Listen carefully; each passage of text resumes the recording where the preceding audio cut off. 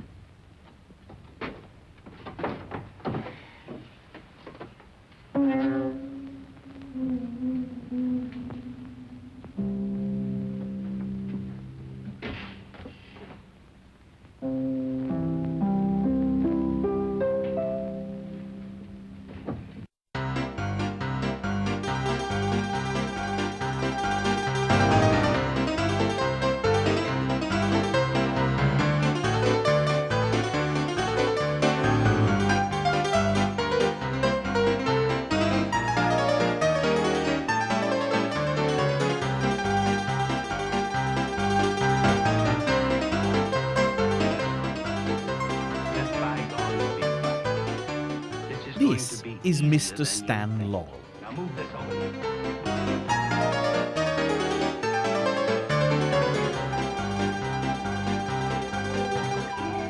And this is Mr. Oliver Hardy. They are, without doubt, the most recognisable comedy double act the world has ready? ever seen. Goodbye, Ollie. Goodbye, Stanley. 1, 2. Ollie. What? I just thought of something. To witness the humble beginnings of these kings of comedy, we have to journey back through time to 1890. On June the 16th of that very year, Stan Laurel was born. He was christened Arthur Stanley Jefferson, and his birthplace was a quaint little village called Ulverston in the county of Lancashire, England.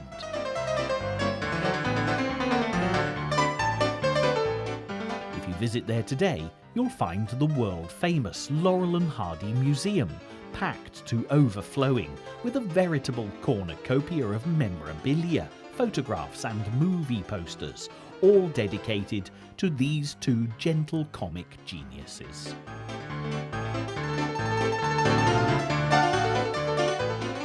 Stan was born not too far away from his dedicated museum at number 3 Argyle Street. It was his maternal grandmother's house whom, according to his father's published memoirs, was a dear little old lady of fragrant memory. In truth, she was something of a dragon, a strict Methodist who'd punish young Stan for any tiny misdemeanour. Stan lived in his grandmother's home until he was 5 years old and was, by all accounts, quite an introverted child. This shyness was at complete odds to his theatrical father, A.J. Jefferson, who was a self-made impresario and talented stage actor. A.J. had run a very successful acting troupe called the Jefferson Theatre Group, where he'd met and married Madge Metcalfe, Stan's mother, and he was now manager of the illustrious Metropole Theatre in Glasgow, Scotland.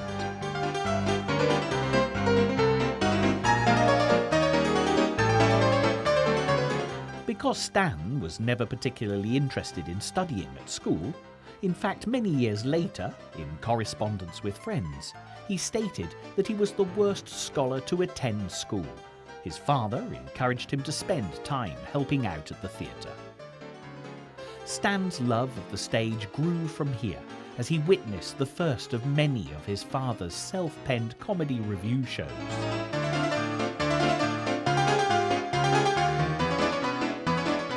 Sadly, just as Stan was beginning to fashion himself as something of a stage comedian, his mother Madge, who'd always suffered fragile health, passed away in 1908. It was an event that would push Stan on to pursue fame and fortune across the Atlantic Ocean in the land of opportunities. He was soon to be heading for the bright lights of America. Whilst all this was happening, the other half of the comedy duo-to-be was already doing his own thing in America. Oliver Hardy was born on January the 18th, 1892, in the festive town of Harlem, in the state of Georgia. He was the son of a grand lawyer, Oliver Hardy, and his wife, Emily Norvell. Their bouncing baby boy was christened Norvell Hardy in order to carry on both sides of the family heritage. Ollie would later add the Oliver to his name in memory of his father, who died a mere 18 months into his son's life. The parallels between Stan and Ollie at this time are very striking. Like Stan, Ollie lost a parent at an early age, and this would spur him on to leave his mark on the world too. Also, like Stan, Ollie was uprooted from his family home, as his mother moved the widowed family to the town of Milledgeville, where she managed the Baldwin Hotel. He was sent to a boarding school of sorts, the Georgia Military College, and rebelled against the stern nature of the teaching by becoming the class clown. In the same way as Stan would watch fascinated from the backstage of the Metropole Theatre, Ollie would sit in the lobby of the Baldwin Hotel and people watch to see what mannerisms and personalities he could mimic. Both of them were soaking up influences like a giant comedy sponge to be squeezed out later in life onto the silver screen.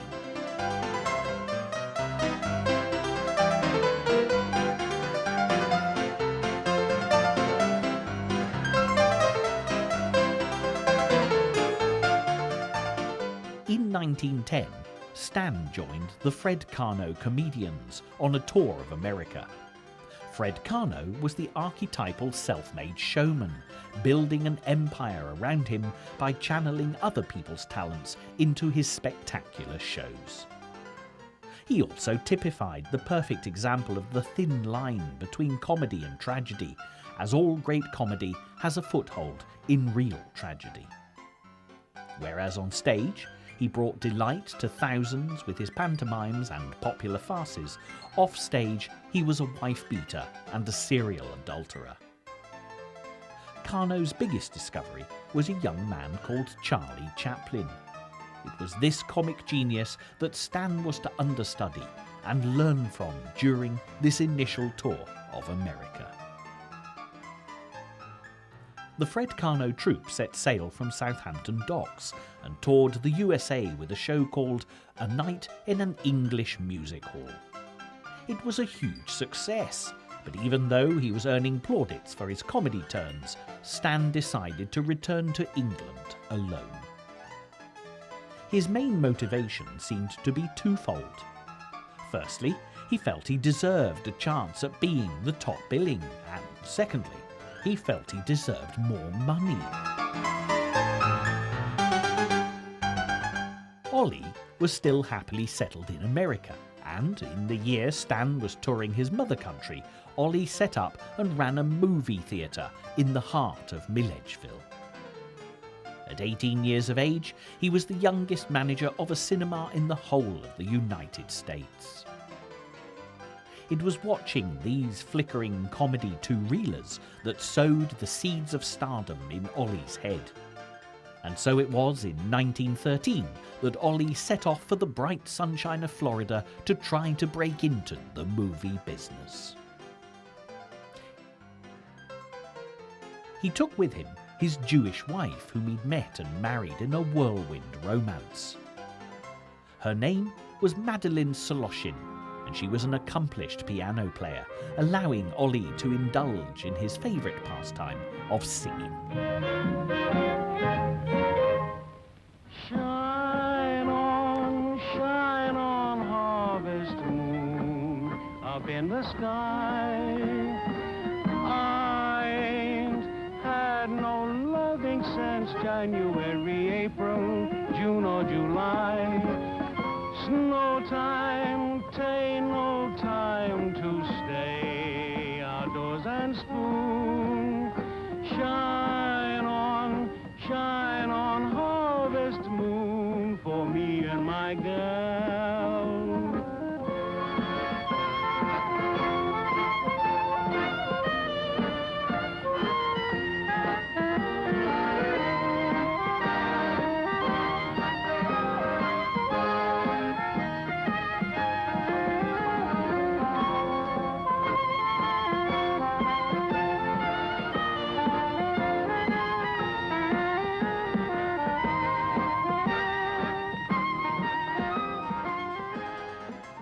Meanwhile, Stan was scratching out a living in England with a few misguided comedy acts. In the end, such was the extent of his poverty, he rejoined the Fred Carno comedians for another tour of America. Again, Charlie Chaplin was the acknowledged star of the show and gained all the praise from audiences and newspaper reviews. Perhaps Stan looked on at Chaplin with that wide-eyed expression of his and massaged his mop of hair, wondering when it would be his turn to take the curtain calls. 1913 was the year that Madeleine Soloshin became Mrs. Oliver Hardy, and Ollie himself joined the Lubin Motion Pictures Company in Jacksonville, Florida. It's also the year that Charlie Chaplin was lured away from Fred Carno by another self-made showman called Max Sennett.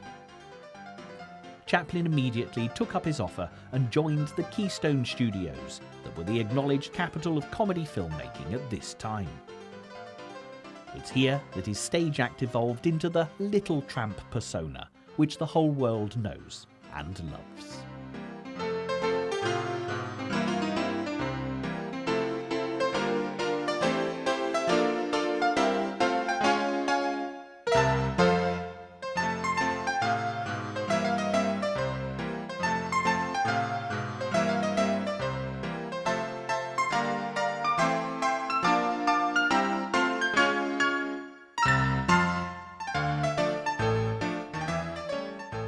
Of course, Chaplin's hasty exit meant that the Fred Carno tour quickly folded, and Stan was once more forced to scrape a living by setting up a comedy act of his own. This time, he stayed in America, perhaps because his homeland was on the verge of entering into the long and bloody First World War, and young men of his age were being enlisted into the army at great speed. The bright lights of mortar shells and the rat-a-tat-tat of machine gun fire were no match for the bright lights of the stage and the rat-a-tat-tat of applause. In 1917, when all the world seemed to be trying to imitate Chaplin, Ollie paired up with a thin comedian called Larry Sermon. Stan had set up a comedy double act with an amply sized female comedienne called May Dahlberg. In a case of life imitating art, not only was he tripping over himself to fall in love with her on stage, he was also doing exactly the same thing off stage. Their only other stumbling block was that May was already married. However, this didn't stop Stan from changing both their surnames to Laurel so that they could live as a common law couple.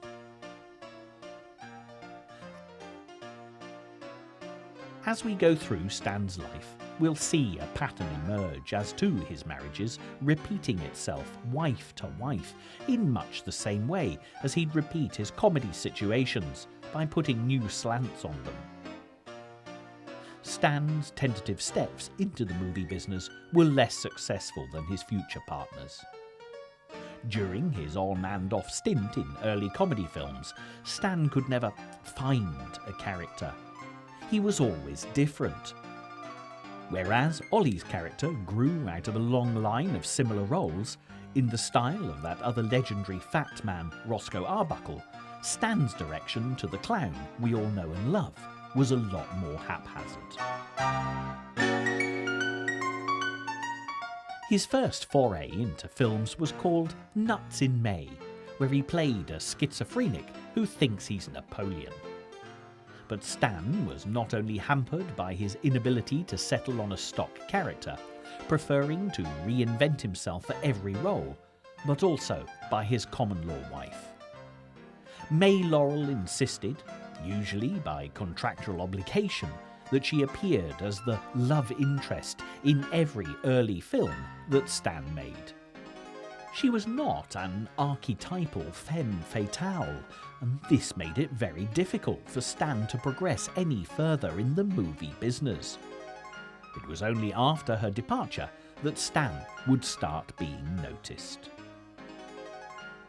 In 1920, after a barrage of insults were flung at each other like poisoned custard pies, Oliver Hardy was granted a divorce from his wife, Madeline.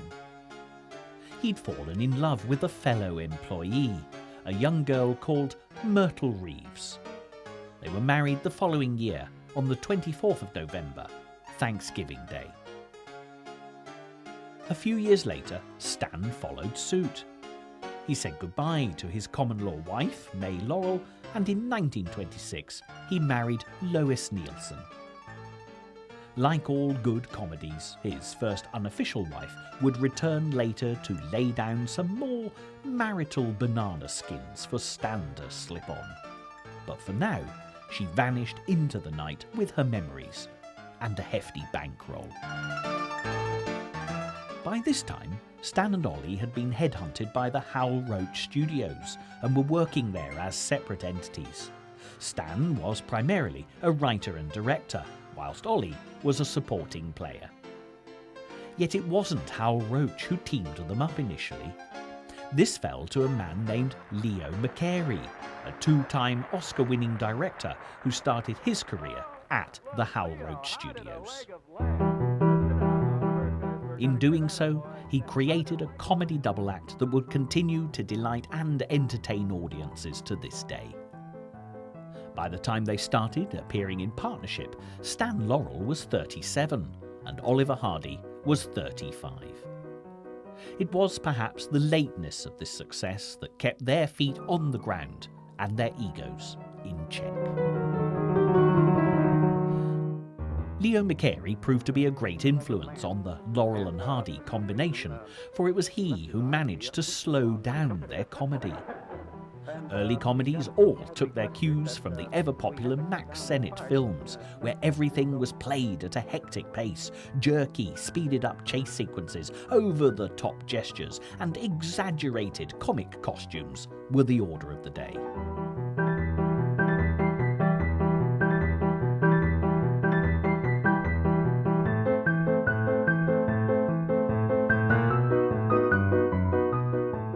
Carey put them all to one side to create a more gentle and ultimately realistic pace. The end results were still as ludicrous or calamitous as before, but the build-up was slower and more measured. In their first official film as a team, Duck Soup, Stan and Ollie reused an old sketch written by Stan's father, A.J. Jefferson, dating back to 1905. It only goes to show that comedy, like a fine wine, continues to improve with age.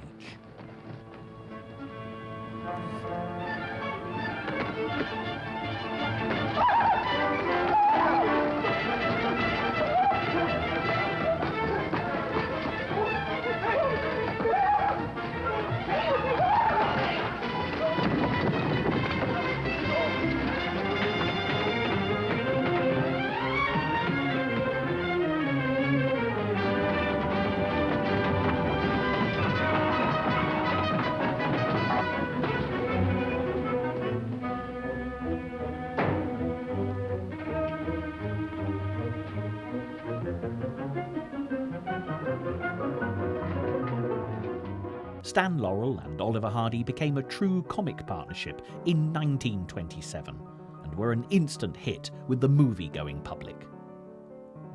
To end the year on an even higher note, Stan's wife gave birth to a daughter who was christened Lois, like her mother. This happy event took place on December the 10th. In creating the look of Laurel and Hardy, Hal Roach Studios opted for something instantly recognisable, but something with which the audience could empathise. Therefore, the tailored suits and derby hats became their trademark.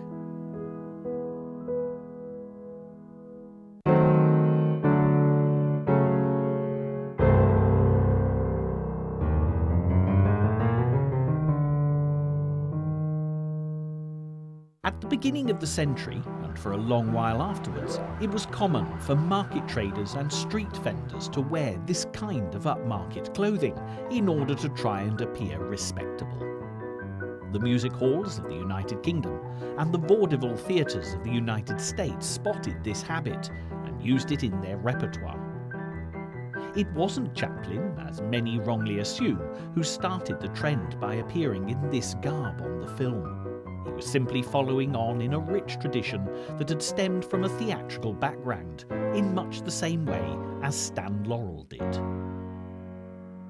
In order for the audience to identify with their characters, Stan and Ollie never played anything other than ordinary people in ordinary professions, making ordinary decisions. It's the way they portrayed it that created something extraordinary.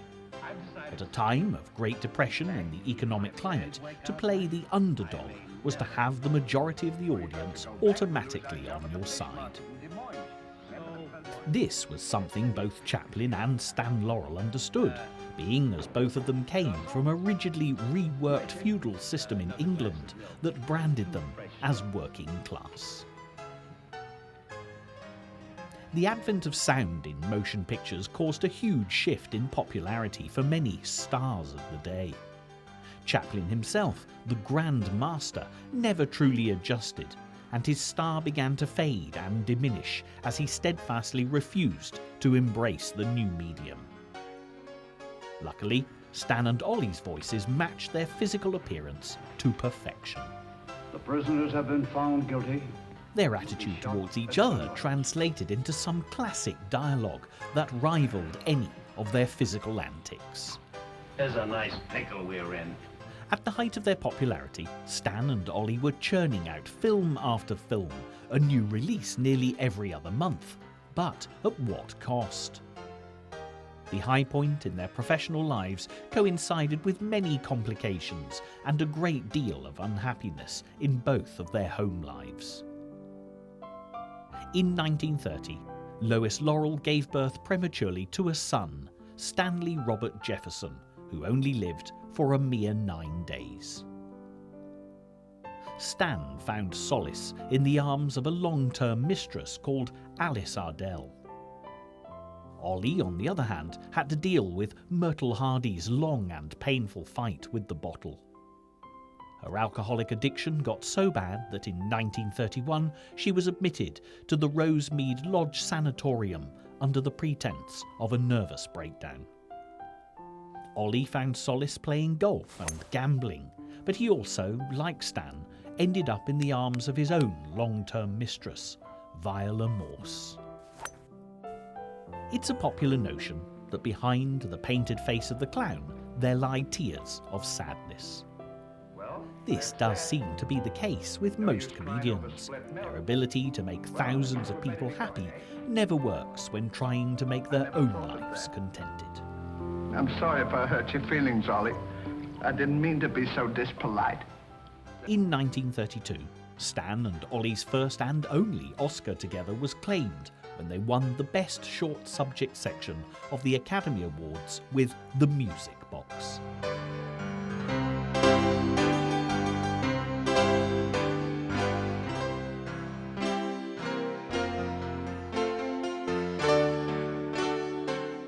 Also managed to complete a whirlwind publicity tour of Great Britain, in which they discovered the immense love and affection that was lavished upon them away from the USA. Neither of them had really realised how popular they'd become as a worldwide phenomenon, and it opened their eyes to their own potential. Again, happiness was tempered by sadness as Stan Laurel divorced his wife Lois in 1935. He'd already met and married Virginia Ruth Rogers in an unlawful ceremony, showing that Stan, like his movie persona, was oblivious to rules, regulations, and the structure of everyday society. He married her again a little later, but continued his long-term affair with Alice Ardell, so, in retaliation, Virginia Ruth Laurel sued Stan for divorce.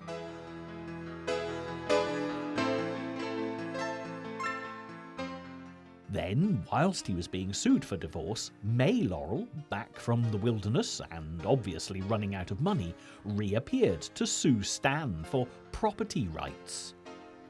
She stated that a common-law wife, although not legally married, was entitled to just as much as any other ex-wife. To make matters worse, Ollie was being sued by Myrtle Hardy for divorce and had to counter-sue by showing the truth of the matter, namely that his wife was a serious alcoholic. Stan's court affairs were eventually settled in 1936 and he was granted a divorce. Ollie was granted a divorce the following year.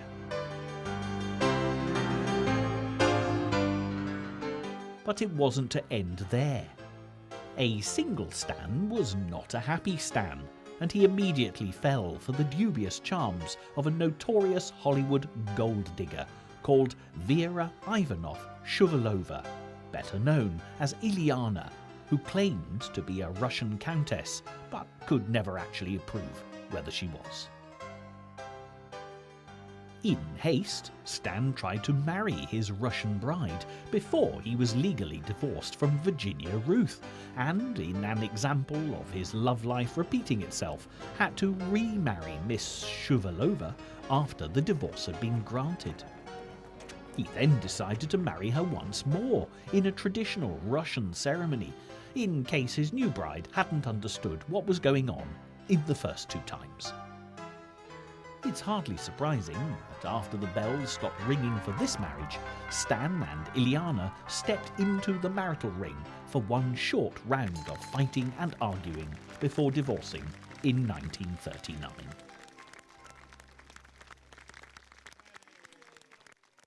What is surprising in hindsight is that two genuine classic Laurel and Hardy films emerged from this period of strife.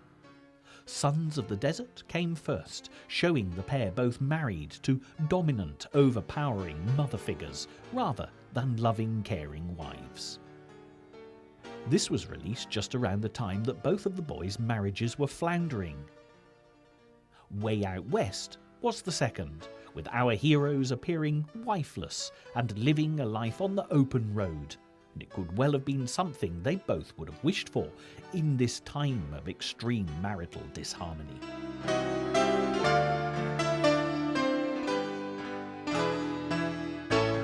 It's interesting to note that Stan and Ollie are almost prepubescent in their attitude towards their on-screen wives, a total role reversal of their appetites off-screen. They're also never portrayed as being happily married and are forever trying to keep secrets from and avoid being around their on-screen spouses. Perhaps this stems from Stan's writing drawing influences from his and Ollie's past.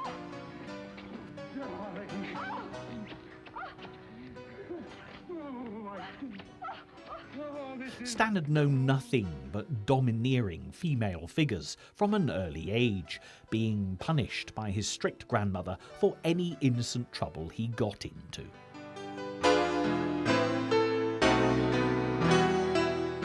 Ollie had a mother from the deep south who not only had to raise 5 children without a husband, but also managed a thriving hotel business. She once horsewhipped a tattooist for putting a maple leaf on Ollie's forearm when he was 14 years old. It's therefore hardly surprising that their choice of on-screen wives were always ready to do battle with these comic innocents. In The Flying Deuces, the first picture they made on loan from Hal Roach in 1939, Stan, who rewrote the script, includes a very pointed reference to his marriage troubles at the time, and also plays on Ollie's real-life fondness for betting on horses. 1, 2. Ollie, What? I just thought of something. Listen, you remember once you were telling me that when we passed away, we'd come back on this earth in some other form, like a bird or a dog or a horse or something? Oh, you mean reincarnation? Yeah, that's it. Well, now that we're going to go, what would you like to be when you come back? I don't know. I've never given it much thought. I like horses. I guess I'd like to come back as a horse. Huh. What would you like to be when you come back? Oh, I'd rather come back as myself. I always got along swell with me. You can't come back as yourself. Now, come on and stop wasting my time. Are you ready? Goodbye, Ollie. Goodbye. Stan had left the Hal Roach Studios by the end of 1939, but Ollie's contract was to run until 1940. Stan wanted to renegotiate a joint contract to offer them more freedom in their career, but more security in a financial sense. Unfortunately, because of Stan's many marital mishaps, he was badly in need of money and was happy to re-sign on a short separate contract again in 1940. Their last 4 films for the Hal Roach Studios were up there with the best of them. The 13-year career they'd established with Hal Roach came to a happy end in 1940 with Saps at Sea, a film in which they seemed full of renewed energy and enthusiasm. Their private lives too seemed to be more settled. Ollie had met and married Lucille Jones, the continuity girl from the Flying Deuces film, though his about-turn in affections from Viola Morse showed that he, like his movie persona, found it easy to fall deeply in and out of love on a whim. Stan, equally as whimsical, remarried his second wife Virginia Ruth, and they set up Laurel and Hardy Feature Productions. However, it was short-lived. By 1941, Laurel and Hardy Feature Productions was shut down. The huge amount of money that was needed to set up a film, for hiring studio space, technicians, sound equipment, the means of distribution, and the endless publicity to promote it, was never forthcoming. So Stan and Ollie reluctantly agreed to sign on with 20th Century Fox.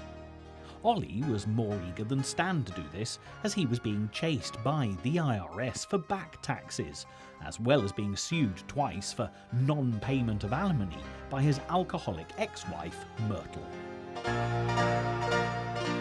By now, the Eternal Clowns were beginning to show their age. As soon as they signed on for 20th Century Fox, their normal white-faced makeup was replaced by a natural flesh tone that exposed every wrinkle and line. Clowns tend to rely on the flexibility and agility of youth to pull off their most complicated of routines. Sadly, by the time they'd gone through the motions in 4 films for their new employers, Stan Laurel was pushing 55, and Oliver Hardy was hard on his heels at a not-so-sprightly 53.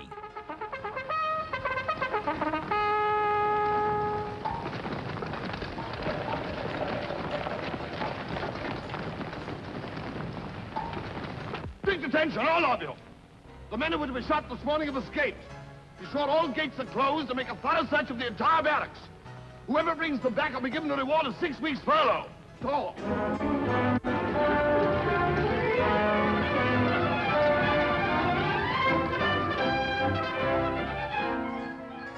It seemed to Stan and Ollie that this was a good time to bring the curtain down and take their final bows.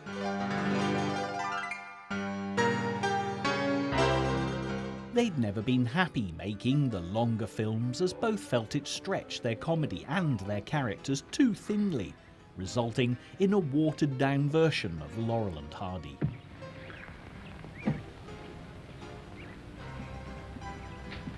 Come on, get to work! What do you think this is?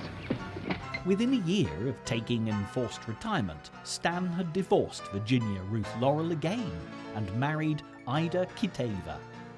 His love life would have made the most complex film plot of all and was ripe for a Laurel and Hardy makeover. But at last, he'd found someone to grow old with, a wife who would care for and cherish him just as he'd always wanted. In 1947, British impresario Bernard Delfont, a sort of English version of Hal Roach, invited the boys over to tour the music halls of Great Britain with a revue show. Recalling the applause and the adulation from their last tour overseas, they both jumped at the chance to entertain the crowds again, especially ones who'd just spent 6 long years attempting to survive the grim realities of a Second World War.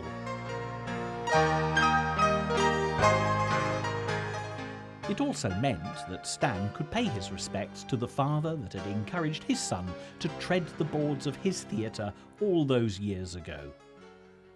A.J. Jefferson was 85 years old and extremely proud that his son was returning to the music hall circuit that he himself had been so widely known for.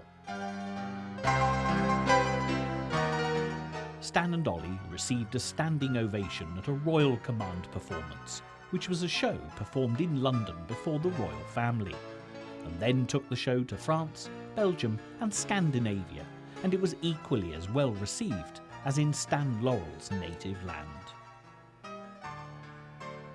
When they returned to the United States of America, Stan found out that he was suffering from diabetes and was put on a special diet. Their return was tinged with more sadness when Ollie's mother, Emily Hardy, passed away at the grand old age of 88. Not long after, Stan's father, AJ, passed away too. A year later than Ollie's mother, but a year behind her in age. Stan and Ollie became, effectively, overgrown orphans. Both of them had lost one of their parents at an early age, and now they were united in grief for the passing of their surviving parent. Resigned to living out the rest of their lives with fading memories of their illustrious movie careers, Stan and Ollie were surprised to receive an offer of a French-Italian co-financed film that would shoot for a couple of months on the French Riviera. It was an offer they really couldn't refuse, but they'd soon regret accepting it. Upon arriving, they found there was no working script, and Stan had to quickly cobble something together with 2 American writers. To make matters worse, there was no common language, so communication was near impossible for everyone working on the film. And to top it all off, Stan suffered severe problems with his prostate, had an emergency operation, and his diabetes worsened considerably because of the trauma.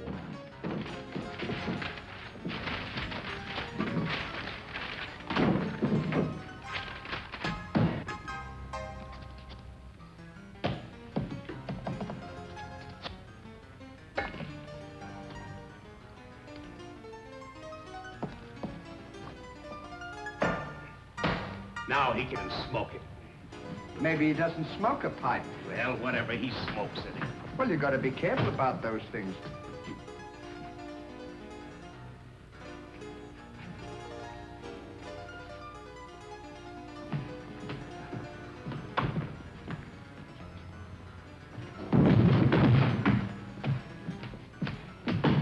He had to have a permanent medical team on set with him at all times.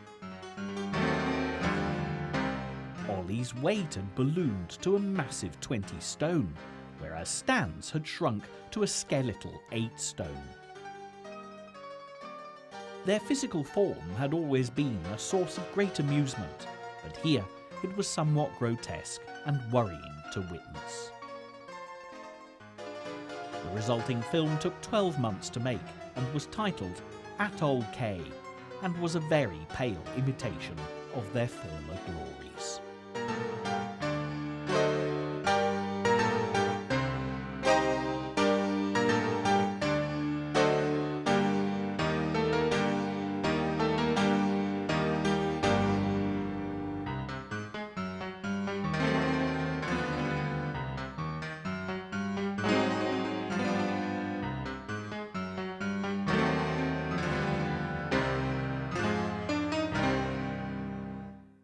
But again, the offers flooded in, and they accepted another tour of Great Britain's music halls in 1952. Stan felt sufficiently recovered to attempt it, and with their doting wives in tow, they set off for the British Isles, with a totally new stage sketch called A Spot of Trouble.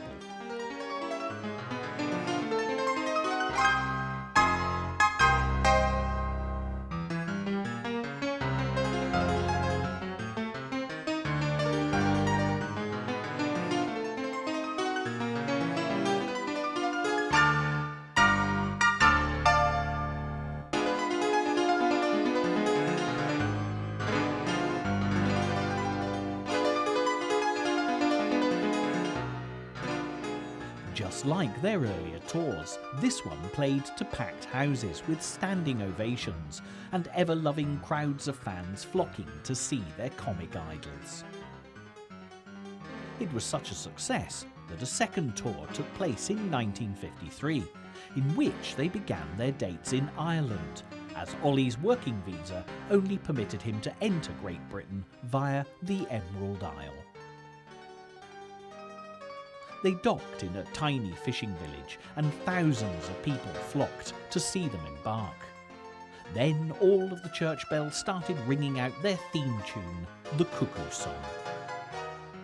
Stan and Ollie freely admitted that they both had tears streaming down their faces. The public at large still loved these two aged clowns, and it was an affection that would never die. But mortality has a way of pricking the conscience of legend. Ollie had a mild heart attack during this second tour and was ordered to return home and lose weight. His weight had been a constant worry to him all through his life. In later letters to John McBabe, official biographer of Laurel and Hardy, Lucille Hardy would relate her husband's self-loathing for his ample girth and his surprise that his wife would be able to love such a person. Around the time that Stan and Ollie returned to America, there was an increasing popularity building for them in the younger generation, as their earlier films were shown again and again on the relatively new medium of television. Small children in particular loved them.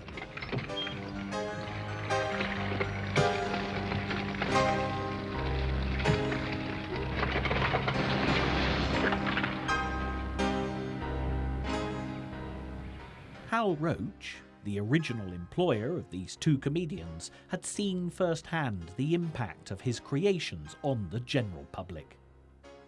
He thought their appeal lay in their characters, which were simple, childlike and innocent. It's said that the best visual comedians imitate children, and nobody could do this as well as Laurel and Hardy and yet still be believable. In late 1954, Stan and Ollie were taken by surprise on the perennially popular This Is Your Life show, whilst on a visit to Bernard Delfont, their friend and recent employer from England. To begin with, they look totally bewildered and very confused with what is going on as the cameras burst into Bernard Delfont's room at the Knickerbocker Hotel in Hollywood, and they are told to get to the studios at once. Being a live show, Ralph Edwards, the host, had to ad-lib like mad as Stan and Ollie took their time getting to the studio. And I thought I can go. They're here? Oh, thank goodness, because that was my last ad-lib. Here they come now, our two principal subjects, Stan Laurel and Oliver Hardy. I think I have been told. Oh, my. This is more than a two-reeler. Here they come! Stan disliked appearing for free on anything. His financial complications worried him greatly because of his marital mayhem in the past. He was also concerned with not being in character, worrying that the public would not accept them as themselves. The usual cavalcade of past acquaintances were trotted out before they were reunited with their wives at the very end of the programme.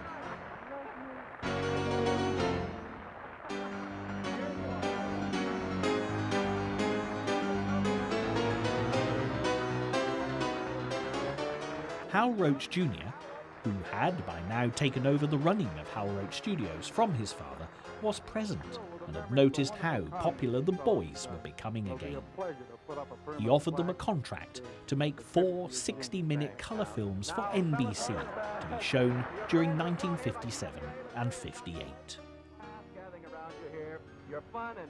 The series would go by the title Laurel and Hardy's Fabulous Fables, made up of many sketches and gags which Stan had never fully fleshed out for any of their movies, as well as some older music hall and pantomime routines which he'd rework. Stan, as ever, could never let go of a good joke, and many of their routines were often redone time and time again to try and create the perfect version.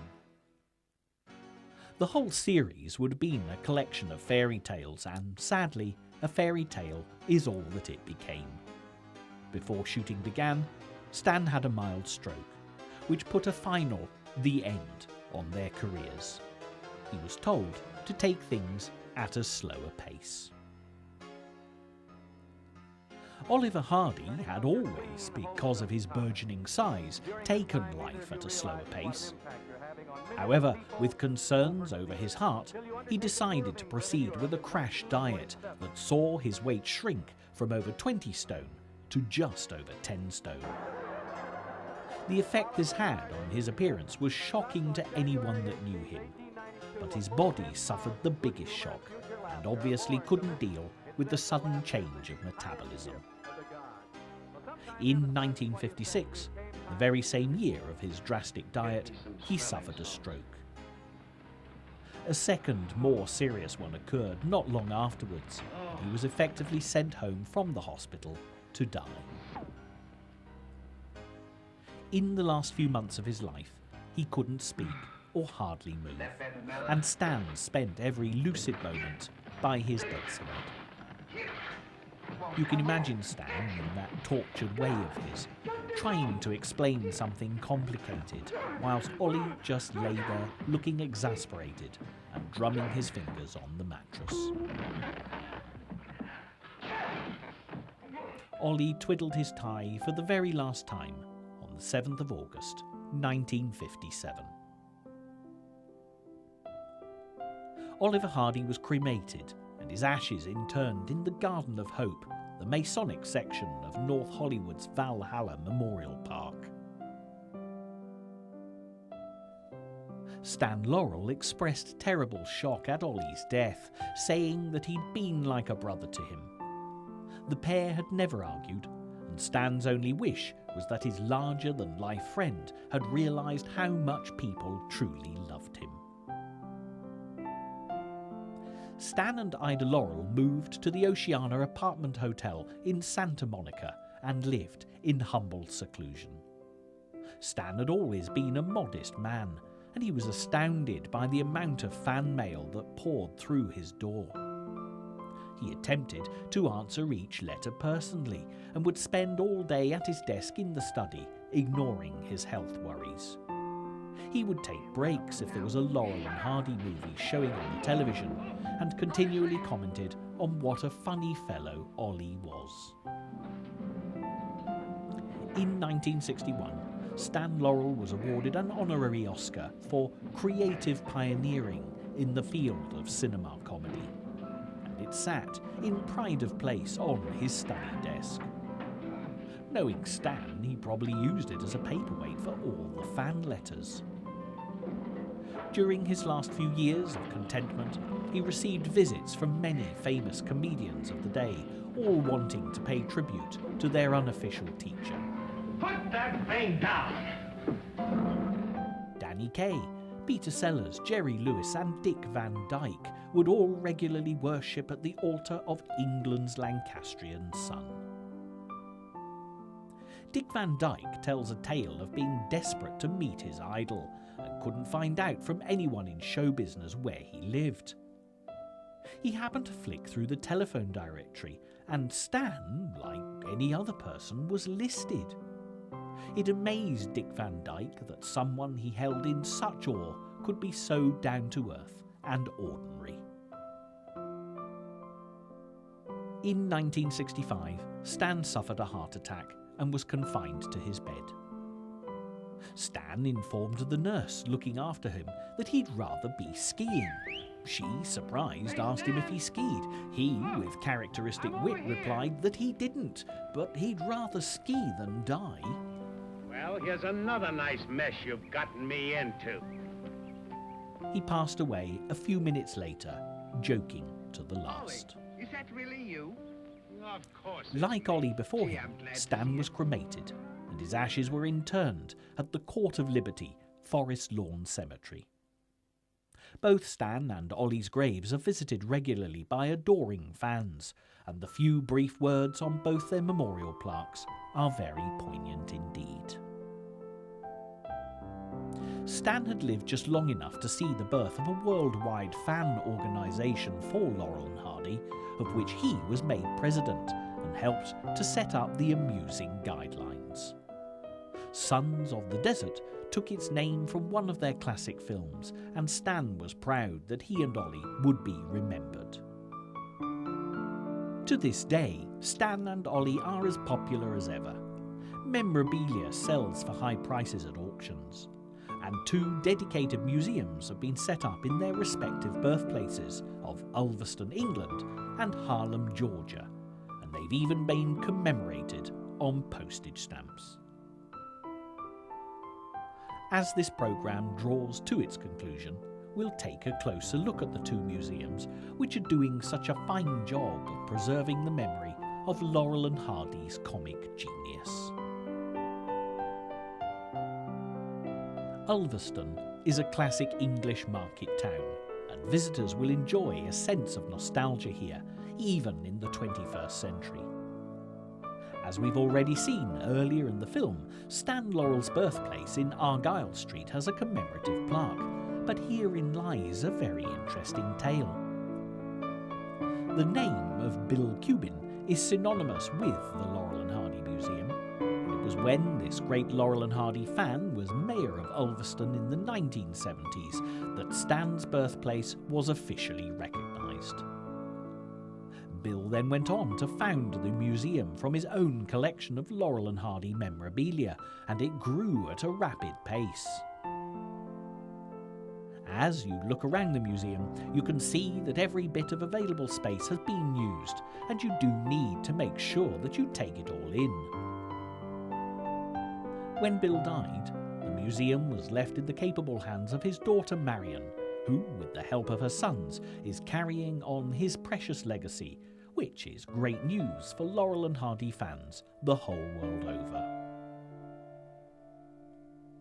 It's certainly been some time since Laurel and Hardy died, and the most popular films belong to a bygone era when cinema entertainment was a much more innocent business than it is today.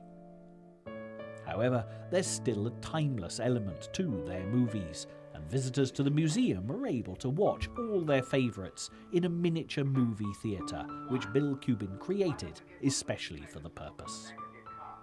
Grandparents remember seeing the comic duo at the cinema. Parents remember watching the films on television, and the children who are lucky enough to be brought here will enjoy Laurel and Hardy's slapstick antics with new eyes, creating extra special memories of their own. What the Ulverston Museum on the English side of the Atlantic does for Stan, the Harlem Museum does for Ollie on the other side of the pond. Harlem, Georgia was founded in 1870 and was named by a New Yorker visiting the town who thought it resembled that more famous Harlem of his birthplace.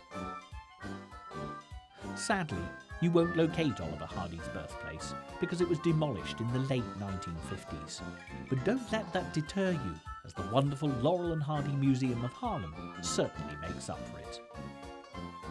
This is a delightful work in progress, where, just like its English counterpart, exhibits are expanding on a daily basis as memorabilia floods in from all over the world. Just as Bill Cubbin created a truly atmospheric small cinema to screen Laurel and Hardy classics at Ulverston, the museum in Harlem has provided a movie theatre for its visitors too. Although the memorabilia is wonderful, and knowing the real men beneath the derby hats is an added bonus, it's the movies that really show the magic of Laurel and Hardy, cutting across age and cultural barriers to bring pleasure to one and all. Laurel and Hardy are truly adored by people of all ages, from 8 to 80, and this is mainly because the love they put into their comedy really did shine through. Other famous comedians such as Charlie Chaplin and Buster Keaton were always proud to show their technical brilliance and expertise on the silver screen. The audience would laugh, but also be thinking how clever the performers were, and in doing this, the audience was kept at a distance. Yet Stan and Ollie, although just as technically and comically adept, would hide all that to just go for the laughs. Pure and simple. They were the true clowns, and that is why they are still laughed at and loved in equal measure today. In the end, true lasting fame is achieved not by luck, but by hard graft, talent, and a touch of magic. Stan and Ollie put in the time and the effort to make their comedies little works of genius, and it's for these flickering black and white images that they will be best remembered. Stan Laurel and Oliver Hardy were, are, and always will be a match made in heaven, who've left their comedy footprints forever on the face of this earth.